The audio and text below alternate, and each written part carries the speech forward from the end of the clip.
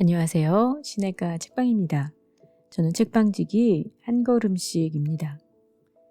오늘은 정희원님의 느리게 나이 드는 습관 중에서 마지막 시간으로 잠을 줄이면 일어나는 일, 잠에 대해서 정리해 드리도록 하겠습니다.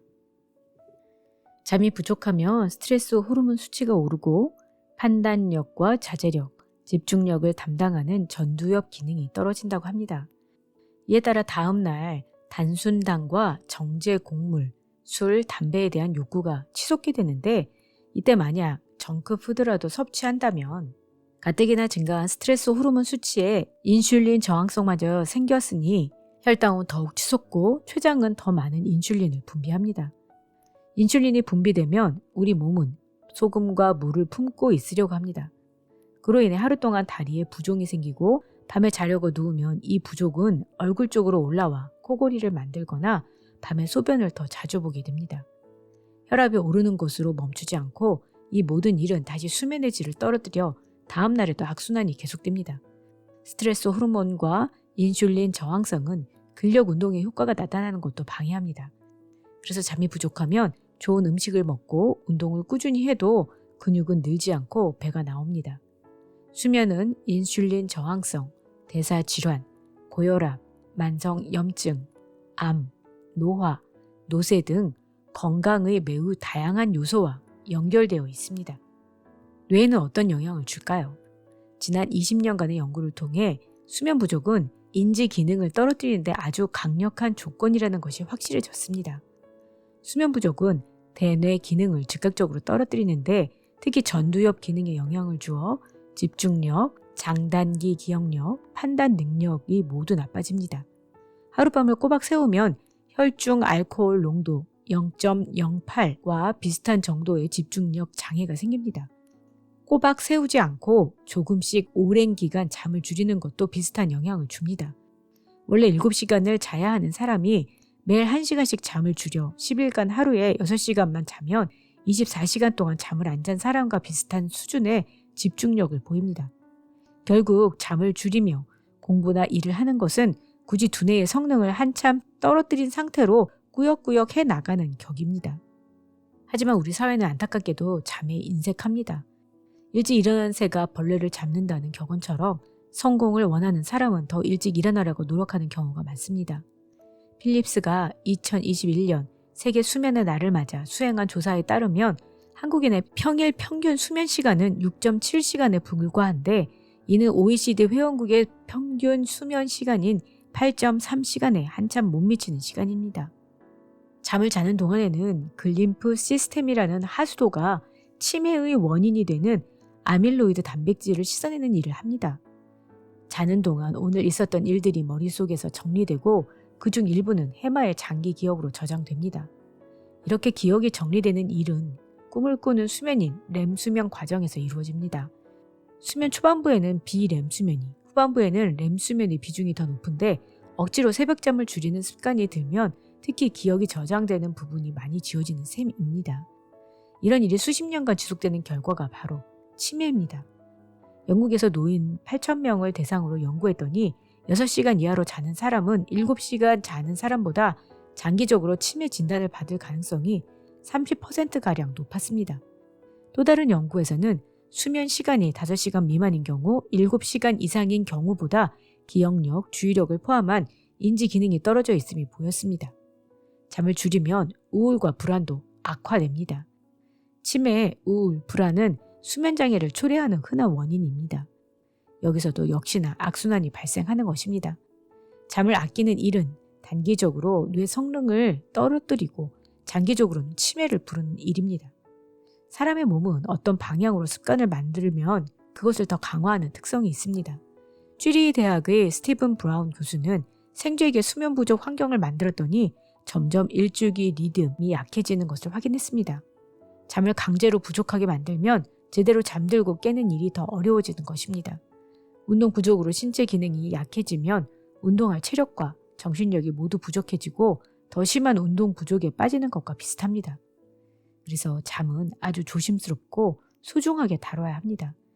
인지 기능을 해치지 않는 평균 최소 일일 수면량은 7에서 7.5시간이지만 사람마다 유전적으로 수면 요구량이 다릅니다. 그래서 6에서 8.5시간의 범위 안에서 자기에게 필요한 수면 시간을 찾아야 합니다. 이론적으로는 알람 없이 일어나 커피 등 각성제 없이도 활력을 느낄 수 있을 만큼 자는 것이 충분한 수면입니다. 나이가 그다지 많지도 않은데 갑작스레 치매가 생긴 것 같다며 진료실을 찾는 분들이 있습니다. 기저질환도 별로 없고 뇌사진을 찍어봐도 별다른 이상 소견은 없습니다. 그런데 주관적으로 느끼는 인지 기능이 상당히 나빠져 일상생활이 어려울 정도이며 높은 확률로 수면 이상이나 우울감, 불안이 동반됩니다. 자세히 면담을 해보면 스트레스나 업무의 부담으로 잠을 줄이거나 불면 증상을 경험하며 술이나 신경 안정제를 만성적으로 사용하는 경우가 많습니다. 진단명을 굳이 붙이자면 일종의 가성 치매, 가짜 치매인 셈입니다. 이런 사람은 수면의 양과 질을 늘리는 게 급선무입니다. 증상의 계기가 된 생활 속에서 문제를 찾아내고 그 원인을 치료하면서 수면제나 신경 안정제의 양을 서서히 줄여갑니다. 이런 과정에서 수면의 패턴, 양과 질이 회복되면 환자가 호소하던 치매 증세도 좋아지는 경우가 많습니다. 몸과 마음이 모두 충분히 회복을 겪는 회복 수면의 위력이 그만큼 강력합니다. 회복 수면을 확보하고 이를 통해 광범위한 선순환을 만들기 위해서는 다음과 같은 구체적인 방법을 활용해 볼 수 있습니다. 1. 규칙적인 운동. 충분한 신체 활동은 잠에 제때 잘 드는 데 도움이 되고 깊은 수면을 위해서도 좋습니다. 하지만 잠자리 직전에 격렬한 운동은 수면을 방해할 수 있습니다. 오후 시간에 햇빛을 보면서 야외에서 운동하면 수면에 도움을 주는 멜라토닌 분비를 촉진할 수 있습니다. 뼈와 근육 건강과 수면에 모두 좋은 방법입니다. 두 번째는 질 좋은 식사입니다. 마인드 식사나 이에 준하는 식사를 해야 합니다. 혈당을 크게 변화하는 음식이나 짠 음식은 코골이나 폐쇄성 수면 무호흡증을 악화시키고 야간에 소변을 자주 보게 만들 수 있습니다. 너무 배부른 상태에서 잠자리 드는 것은 좋지 않고 카페인과 알코올도 수면의 질을 해칠 수 있으니 제한하는 것이 좋습니다. 3. 디지털 기기 제한. 디지털 기기의 빛은 멜라토닌 분비를 방해하고 수면 패턴을 교란할 수 있습니다. 잠자리 들기 전에 스마트 기기의 사용을 최소화하는 것이 중요합니다. 4. 스트레스 관리. 스트레스는 수면 문제의 주요 원인 중 하나입니다. 긴장을 해소하는 데 도움이 되는 명상, 심호흡, 요가 등을 시도해 볼 수 있습니다. 5. 수면 환경 개선. 어둡고 조용하며 온도가 적당한 방에서 잠을 자는 것이 좋습니다. 또한 편안한 침대와 베개도 수면의 질을 높이는 데 도움이 됩니다. 6. 수면 일기. 자신의 수면 패턴을 파악하고 문제를 해결하는 데 도움이 될 수 있습니다. 언제 잠에 들었는지, 언제 깼는지, 밤중에 깼던 시간, 낮잠을 자거나 피곤했던 시간 등을 기록하면 생각하지 못했던 식사나 운동, 커피 등의 영향을 확인할 수 있습니다. 이렇게 수면 관련 생활 습관을 조절한 이후에도 문제가 계속된다면 전문가의 도움을 받는 것이 좋습니다. 특히 수면 무호흡증으로 수면 중 호흡에 지장이 생기면 무기력함, 기력 저하, 피로를 경험할 뿐만 아니라 대사질환과 심혈관계 질환이 악화될 가능성이 높고 장기적으로는 인지 기능이 떨어질 수 있습니다. 수면 무호흡증이 확인되면 체중 감량, 운동, 식이 개선 등 책에 나오는 전방위적 노화 지연 중재뿐만 아니라 필요시 마우스피스나 양압기를 사용하는 등의 조치를 통한 관리가 필요합니다. 그 외에도 하지 불안 증후군, 렘수면 행동장애, 주기성 사지 운동증 등 회복 수면 등이 어렵게 되는 여러 가지 질환들이 있습니다.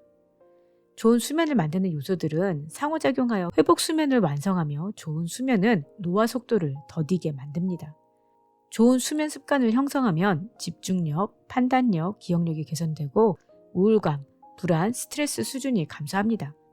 이는 나아가 삶의 여러 영역에서 긍정적인 선순환을 만듭니다. 잠을 놓치면 공부를 열심히 해도 머리에 저장되지 않고 운동을 해도 그 효과가 근육에 저장되지 않습니다. 다이어트를 해도 식욕을 주체할 수 없고 일을 할 때도 집중되지 않습니다. 최근 이런 경험을 했다면 혹시 잠을 잊고 있었던 것은 아닌지 다시 한번 점검해 보시기를 바랍니다. 네, 3주에 걸쳐 느리게 나이 드는 습관에 대해서 정리해 드렸는데요. 여러분이 유튜브에서 정의원 씨를 검색해 보아도 아주 많은 그분의 동영상을 볼 수 있습니다. 저도 이분의 영상을 보다가 도움이 되어서 책을 사서 보게 된 경우인데요. 실질적으로 우리의 삶을 어떻게 건강하게 지켜나가며 노화를 지연시킬 수 있는지 구체적인 방법들이 제시되어 있어서 도움이 되었다고 생각이 듭니다. 여러분에게도 도움이 되었기를 바라며 영육간의 건강한 삶을 이어가시기를 바라겠습니다. 그럼 다음 시간에 새 책으로 돌아올게요. 안녕히 계세요.